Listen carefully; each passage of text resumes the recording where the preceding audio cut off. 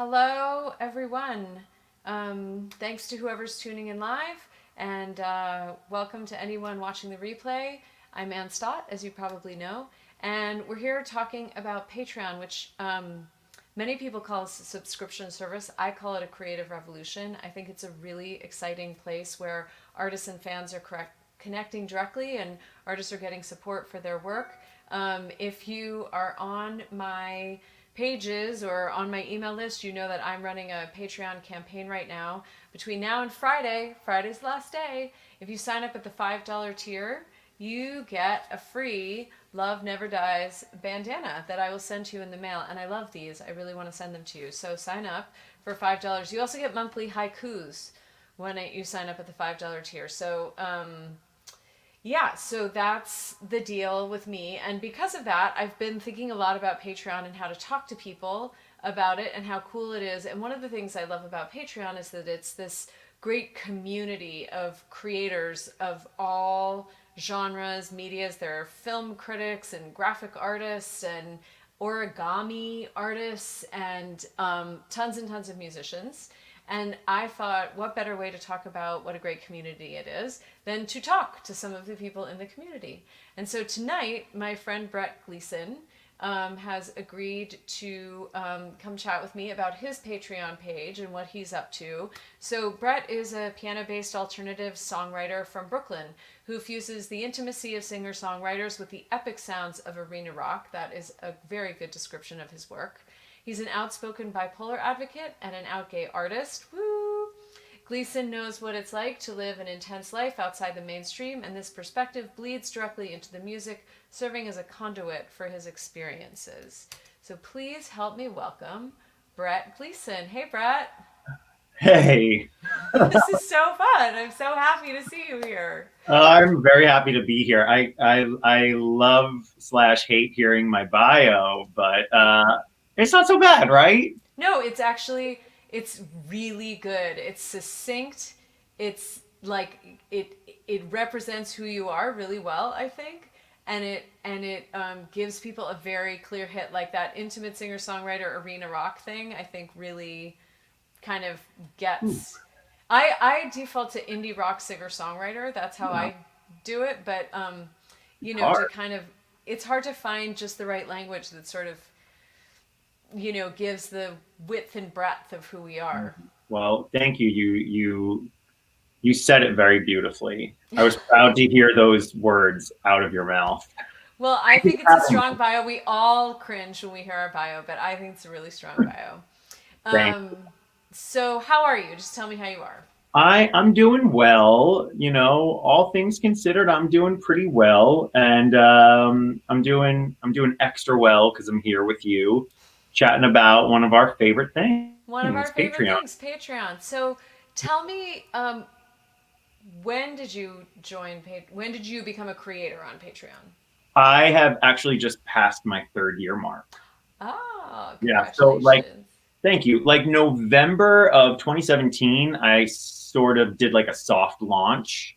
Mm-hmm. Like I made my page. I sort of reached out to like the core group of people who I thought would like be into it as I started filling up posts. And then once I had a few posts where I could be like, hey, this is what I'm doing, this is what I'm gonna do, then I started really putting it out there publicly in like December of 2017. Mm-hmm. So it's like 3 years now. That's so cool. And what made you take the leap? Like, I know, it's always a big decision when artists decide to do any kind of crowdfunding and then to get onto Patreon, which is this ongoing relationship situation. It's a big choice for artists. Yeah, I mean, so one, ultimately, as an artist, you're always creating. So I think that's the first thing is like, I think I grew up with this idea of like the artist in an album cycle, where it's like you go into the dark and you make an album and you reemerge every 4 years. And like, first of all, that's a myth. It never was true. It never was true. Even when you think back to like the Beatles and all of them, they were always making music and always coming out with it. And so I had these Kickstarter campaigns where it's like I'd rush and rush and rush, raise a bunch of funds in a month of panicked fundraising. And in that month, I would also try after that month, I would desperately try and connect with people, desperately try to tell them what I'm doing, keep them informed, keep them excited, rush out an album, and like it would be a panicked mess. I mean, it wouldn't. Those albums came out really well, but it was really hard. It was like it was this supposed to be this like really beautiful creation process that also kept me connected with my fans, but it really felt like this panic to raise the funds and then to make the music and somehow be connected along the way. It didn't really feel very artistic. It didn't really feel very realistic, and it just didn't feel right. And so when I saw that Patreon was coming out, and I saw creators that I respected and admired using it, I sort of saw that like there's a better way to do this. Because we're always making music. So even if I was going to make an album and I knew that it was going to take 3 years, I wanted to be able to share the whole process instead of hide it and then come out with it. Right. Yeah. Right. And I wanted to have people be able to invest along the way. Right. And so there are two ways for artists to set up their accounts on Patreon. And one is for people to support you artists per thing they make, which is how I do it. But you do monthly, right? I do it monthly. Yes. Right. And so people support you monthly, and then so when you do release an album, like are you like saving for the big album? Are you like, Yeah, because you're in the studio now, right? Like you're getting close to done on an album. I am. Well, so yes. And good point, Anne. Thank you very much.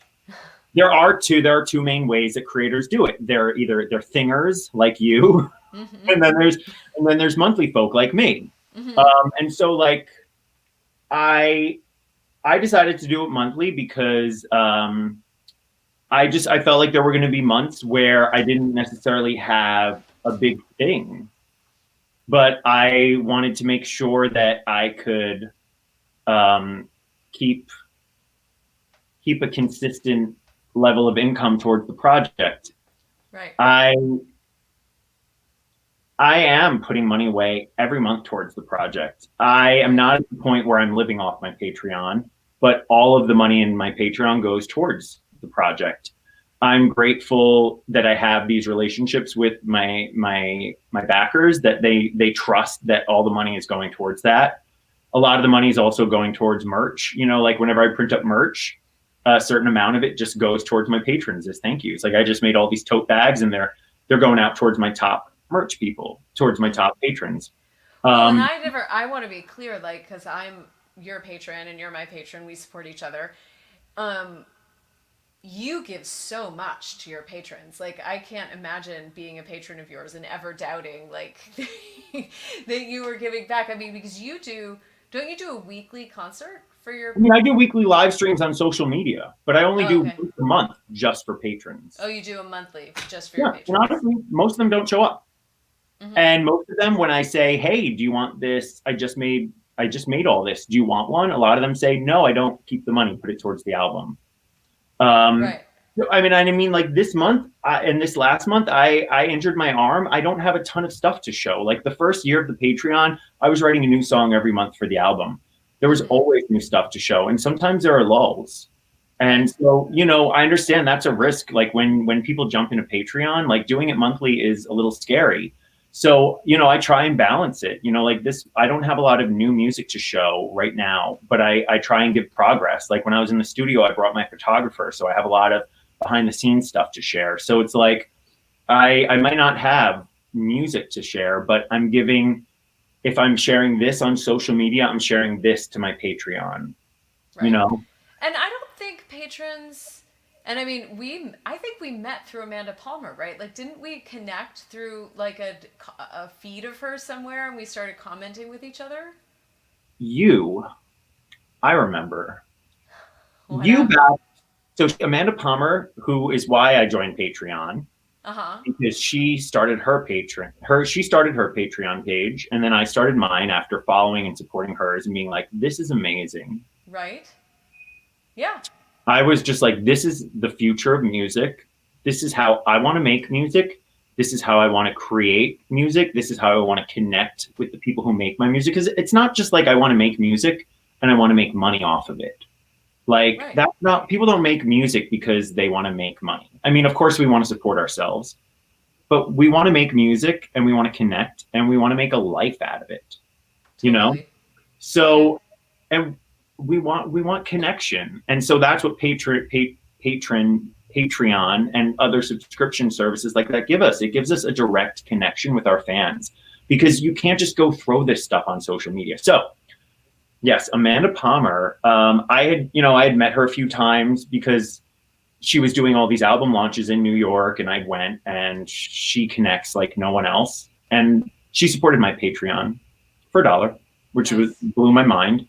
And when you support someone's Patreon, all of your patrons get emails being like, "Hey, Amanda Palmer supported Brett Gleason's Patreon," and then you, wonderful, wonderful woman, must have then just been like, "Oh, who's this guy? Oh, cool." And then you supported my Patreon. Oh, is that how it happened? Yes, no, because I support Amanda Palmer, so I got the email and I was like, oh, check it out, and it, yeah, that okay, so that's how it happened. I had like 4 or 5 people jump on my Patreon that day, and I was just like, "Who are they? They don't even know me."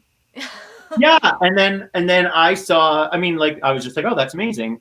And then I think I saw that you were in Provincetown and that you're also an artist. And then And then we had brunch when you came to Provincetown. I know, so good. I had forgotten that that's how it went.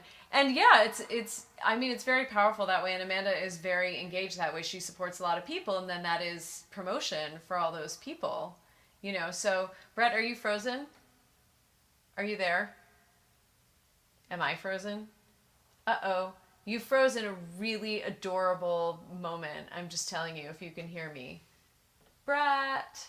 Oh no. Brett? We seem to have lost Brett for a moment, and he was on such a good roll about how moving Patreon is and how it really is like the world we want as artists. And I'm thinking maybe um, I don't even have my phone near me to text him. I don't know if he's on his phone. Okay, he backed out. He knows what happened. He'll come back in. So yeah, so he was just being so articulate about really building a creative world as an artist and how powerful an experience that is for artists. So I'm so happy to be talking to him, and I hope people stick around to see more. We're hoping he's going to come back in. I don't have my phone in front of me. I left it downstairs, so I can't text him or anything to see what's going on. Just hoping he's going to come back. I should grab my guitar and play a song for you guys or something. Read a little poetry. Should we read a little poetry? I'm going to read a little poetry. I'm going to find my poetry book. Here we go. I did this little chapbook a bunch of years ago called Everything is Different All Over Again. Oh, hey, Pandora. Read a poem. All right. I will read a poem while we wait for Brett to return from my book, Everything is Different All Over Again. So good to see you, Pandora. I hope you're doing well. Thanks for checking this out. I'm actually going to make something with this poem in a few days, actually. I am making something with this poem very soon, so this is a little preview. Okay, here we go. The pear tree sighs as the night falls low, a complete being, right now. It breathes us in as we wander by. The fruit has pulled the branches to the ground. Does the tree mind? Does the trunk say, "Damn you, fruit, for being so heavy"? My landlord has put up supports to keep the branches from breaking. Is this nature's reach exceeding its grasp, or is it our fault? If the animals were roaming free, would they have plucked all the pears before the tree was strained to the breaking point? Are pears even indigenous to the Cape? I don't think I ate a pear from the tree that fall. I know I picked some. Adam, my landlord, was practically handing them out on the street. I must have given mine to friends, or maybe they never hit that perfect, ripe moment. It's a short window with pears.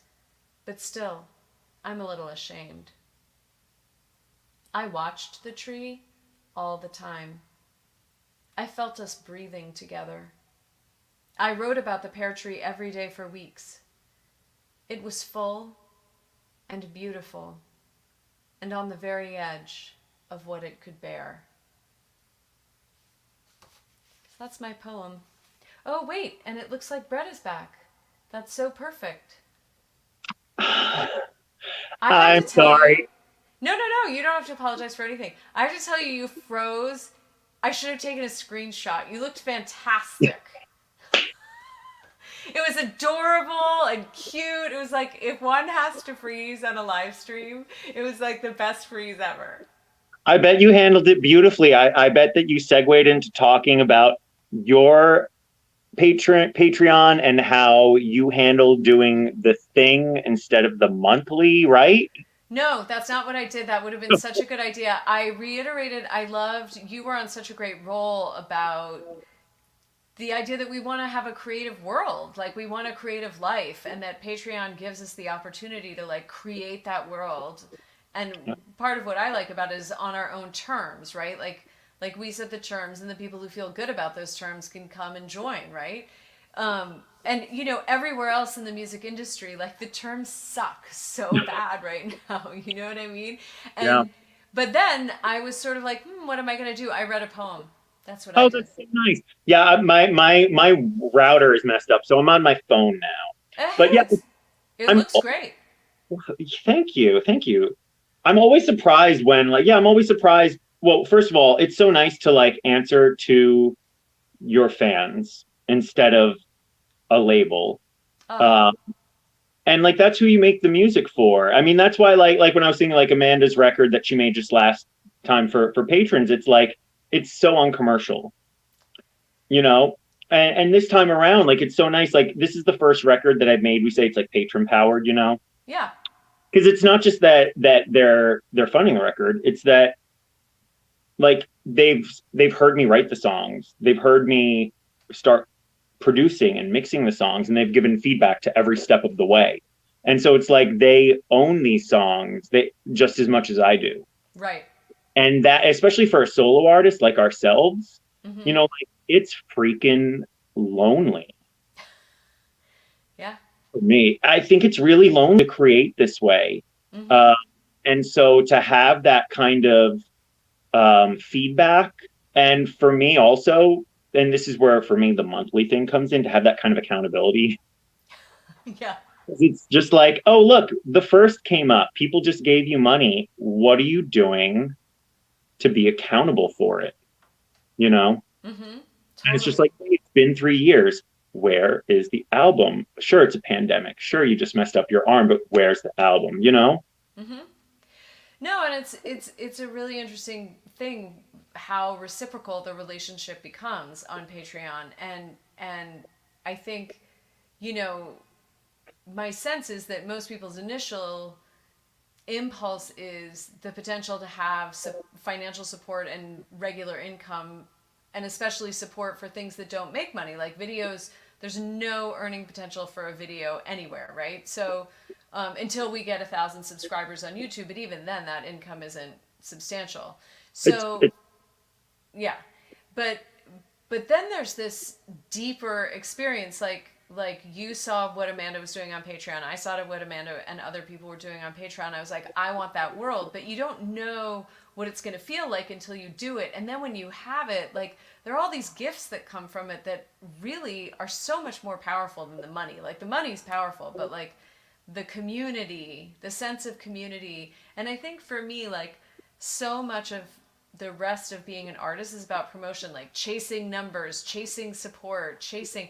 And Patreon is this place where like I don't have to chase anything. Like, you yeah. know, it's like I'm supported for being me, however that is going to manifest, right?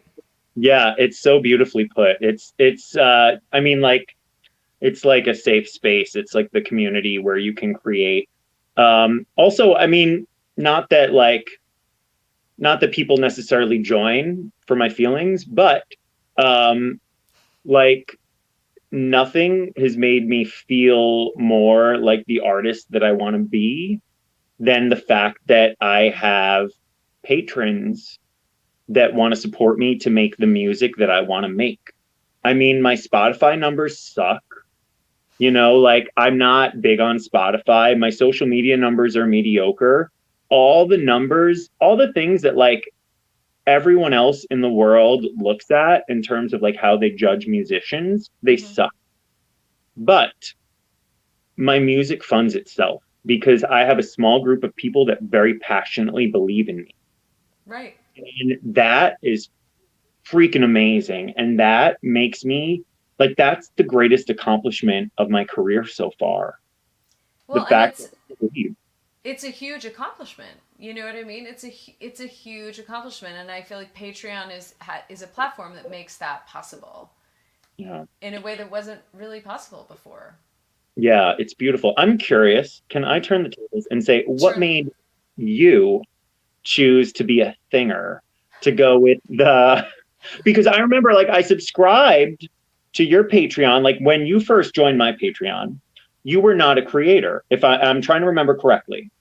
And that or at least maybe you were, but you were like a latent creator. I was sort of almost dormant for a few years. So I knew that I wasn't going to be putting out content all the time. And so I didn't feel comfortable doing the monthly because I didn't, and really what I hadn't realized, and this is partially because I was so influenced by Amanda Palmer and how she did it, I think. So I think that was in the mix too because she does it per thing. So it was like I Yeah. had that influence, but also I hadn't thought through like, oh, I could just decide to do a concert once a month for my patrons, regardless of whether or not I put out other content, and then there's been a reciprocity around their giving, regardless of what else I make. I hadn't thought that through, and also I hadn't gotten into the live streaming stuff. So I too, when joined Amanda Palmer's Patreon, and then started supporting a couple other people and was just like, this is it, like this is the way, like that we can move forward and move forward on our own terms. And and she's such a trailblazer around transparency. You know what I mean? Like on her Patreon, like she gives a business report once a month with like, this is how much money each thing made, and like these are the numbers, and they go up and down, and like, so she's really giving you this window into like how to run it and how to do it while she's doing it, which is you're so generous, really. I don't do mine like hers. Like she uses hers basically like a blog, and she's not as vocal right now, but I mean there are times when you can be getting like 5 messages a week. I had to turn off my notifications No. because it's just like blog after blog after blog after yes. I mean, I, yes, she could use a filter. But you know what? We can be our own filter. I mean, if there's one thing totally. we learn in the digital world, it's that we have to be our own filters. And I'm grateful that she is who she is, and I will filter and get the stuff I need from her. So, Right. thank you, man.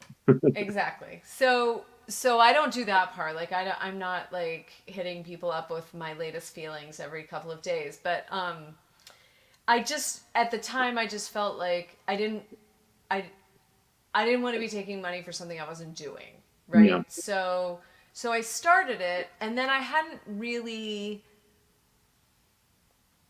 it was pretty dormant for a long time, and I had this like amazing group of core little supporters, and I would check in with them, um, and I would give some of them rewards, whatever rewards they were getting. But then last year I did an overhaul, and Mhm. I was like, okay, I'm gonna get more serious about this, and I need to like actually make this like work and be something. Like I want it to be something, I need to make it something. And Yeah. I overhauled all my rewards, and I was getting ready to do a pretty big campaign around the release of my single and video Jump Go. And thank you. And one of the many national crises that we've had in the last 4 years happened like right as I was getting ready to do this campaign. And so I did like a few posts and like a few emails, but like I'm very politically engaged. My audience is pretty politically engaged. And I was like, I cannot be like, Yeah. hit me up with my Patreon. Like, well, what I don't know if it was like the latest round of kids in cages or like, I can't even remember. It's so hard to keep track of the stuff now. Um, so I did have some more people come in but really, and talking about accountability, this is interesting because until Patreon, like everything was just on my timetable. You know what I mean? It was like I decided if I was going to release an album or whatever. But I created these rewards that had monthly accountability to them, which is at the $5 tier I give a monthly haiku, and at the $25 tier I do an inspiration live stream where I talk about what's inspired me this month. And I mean, I have lots of other rewards, but those two like have to be done every month. Yeah. And that was really good. Like, it's been really interesting discipline for me. I mean, I enjoy them. I made sure to choose things that I would really enjoy, and I enjoy them. But they still have to be done every month, you know? And so, like, that kind of delivering on a schedule, I think, over like last winter and then into the pandemic, was really good discipline for me. And then with the pandemic, obviously, and also now doing my monthly live stream, which my Patreon supports. Like my Patreon supports my monthly live stream. Um, like I'm now like it's now like a working thing, and it took me a long time to get it to that place, but Yeah. it is that now, and then hence the promotion to kind of bring more people in because I'm ready to bring more people in because I'm like, making something happen there in a way Yeah. that wasn't really true like even a year ago. So that's been the trajectory, but my motivation was exactly the same as yours, which is like this is the kind of world I want to build where we don't have to be putting out ads and chasing streams on a platform that doesn't reward us, or you know what I mean. I I mean, know. there are people who really work that game, and they work that game so well, and ultimately the rewards come back to them for it, and it just hasn't been where I want to put my energy. I mean, for some people it could possibly be it, but over the last few years I've done some thinking and taken inventory over like what is my music like?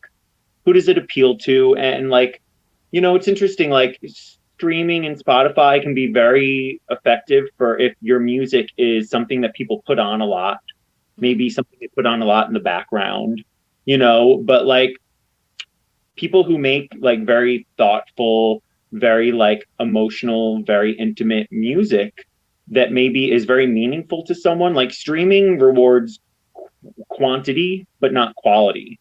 Right. Whereas like, if our music for an album like we were talking about Amanda, her last record, like I her last record means a lot to me, but I don't stream it all the time because it's freaking dark and intense. And I feel like the same with my music. Like I have a lot of followers on Spotify, but my monthly streams are low because like you're not going to put my music on just in the background while you're studying or doing dishes. You're going to sit down and really focus and pay attention. And how often do you want to do that? Mm-hmm. So it's like the streaming game and all that stuff. It's not necessarily rewarding of the kind of quality that I aspire to, and so that's not the model that I'm basing my career on. But something like this, where like, meanwhile, the music that I want to make and that I think that you're making is something that is going to mean something to someone, Mm-hmm. and doing a Patreon gives them the opportunity to be like, hey, like this means more to me than a couple streams on Spotify. I want to go deeper with you, and you're letting me into your world for just like a few bucks a month. Like, that's great. So we're giving them the opportunity. And for me, it's really meaningful to have that connection, to learn more about them. And for those who find it meaningful as well, then this is the way. This is the way it really is. And I know a lot of people, I just want to say, like, there are some artists who've decided to do their own subscription services. Like, like websites now support that kind of, have that kind of software. You can do it yourself, and in a way that's smart because you don't have to get people to migrate over to an unknown platform. Yeah. But I have to say, I just feel very committed to the community of Patreon. Like I just so dig that they came up with this model, that they really like cracked the code, and I love that I'm in the same community with, like I said, like origami artists. I didn't realize this, but I recently connected with someone who is an origami artist on Patreon, and I was trying to find him, and I thought, well, I'll just Google origami artist Patreon, and he'll come up. Oh no, there are like half a dozen origami artists on Yeah. Patreon making their work. I was like, this is fantastic, Yeah. So Yeah. I really love being part of that community too. Yeah, there's something special about it. I've looked into doing something directly through my own site. I Mm-hmm. like having everything just connected in one place. But, you know, ultimately, I do like that. Like, there are resources, there are communities, people can connect, there are workshops. And, you know, I brought my own supporters into Patreon, and then they've found other artists that they like, that they've then supported, and then they've thanked me. So Oh, maybe at first they've been like, I don't want to sign up for another thing, but then they're just like, oh my God, did you know this person has a Patreon? And that graphic designer I really like, and this podcast I really like. And it's like, yeah, you're welcome. and you're highlighting some. I talked with this artist Shauna in a dress yesterday. She goes by Shauna in a dress, and I was like, well, what's the one thing you would say? And she was like, to artists, I would say this is not one more thing. Yeah. And I thought that was so smart because, there are all these platforms we need to keep up with. There are all these different sites where you need to keep everything current, blah, blah, blah. And she was like, this is not one more thing. It's different. And I Yeah. think what you just said really highlights that. Like, you brought people in to support you. They thought, oh my God, another platform, another password, whatever. Okay, I'll do it because I love Brett. And then they found out that it's this world where a lot of really exciting stuff is happening. Yeah. It's pretty Yeah. bad. And so, speaking of exciting stuff, before we jump off, you are in the final stages of recording your album, right? I think so. Yeah. Yeah. Thank you for asking. Yeah, of Um, course. it's just it's taken a while. I multi-track everything myself except for the drums, so it's just been taking a long time. And I was planning on recording drums, but really soon. But my drummer moved to LA at the beginning of the pandemic, so I keep being like, when am I going to go to LA? But the numbers keep rising there, so I'm like, okay, in February. But that's really the last thing to do. Although, of course, I have a little bit more guitar to do, but I tore some tendons in my arm. So I know. I know, but I'm almost done. I really am. And I'm putting together a book, like an art book with lyrics and essays that I want to go along with it, which is something I never would have thought to do without Patreon. But it's something that my people really want. And it's something that I want to dig deeper and do because Hmm. it means something to me. And I never would have thought to do that without Patreon. And I can do it now. That's something that I've been budgeting for, and I'm really super excited about it. What are Yeah, you that's up? exciting. What are you up to? So I'm doing my monthly live stream, and then I'm kind of plotting 2021 right now. But I've been doing a lot of writing, and so I don't think there's a new album. I don't think there's a new album in 21, but there might be a new album in 2022. But I'm definitely like the wheels are turning um, toward like the next album and not Yeah. just some singles. But there will be another video or two in early in 2021, and I don't know if it's going to be a video to a song that's already out or if it's going to be a new single and video. We'll see. I'm sort of looking through all my stuff. Um, so those are kind of the things right now on the table. Well, I thoroughly enjoyed howling at the moon with you when I was able to attend your live stream. I We can't see the moon outside my little like studio window here in downtown Brooklyn with all like the light pollution, but I right. just like aimed in the direction and howled. So The I moon love. is there and you howled, so you howled at the moon. Loved I it. love that. No, and that came in like my third month, and now that's a staple of the show is that we howl at the moon, It's fun. and it really is so profoundly cathartic. I need it. It feels so good. So yeah, so I have my live stream on December 29th, I think is the full moon. So I'll Cool. be doing my next live stream. And yeah, and we'll be right in between Christmas and New Year's. We'll be in the darkest time with the brightest moon. Mm, I'm looking forward to all of that and seeing what that brings up. So that'll be good. But it's always so fun to talk to you, Brett. I love you. And I miss you. I Thanks know for I having miss you too. And thank you so much for doing this. And yeah, really good to connect with you and talk shop. So people watching this, Brett's Patreon address has been up here, and I'll throw mine up for a second. me That's too. Yeah, me, I and love. So glad you're active. It's so nice to see what you're doing in the Patreon. It's been so great this last year. I love what you're putting out there. Keep it up. thank you so much, and I love everything you're doing. You're so active; it's inspiring. Thank you. Um, and yeah, go check out Brett, and also just go to Patreon and search around for people. If you're a film person, there are these great like film bloggers on there. There are feminist bloggers. There's anything you want to support is on there. I'm pretty sure. So thank you, Brett. Bye, everybody. Take good care.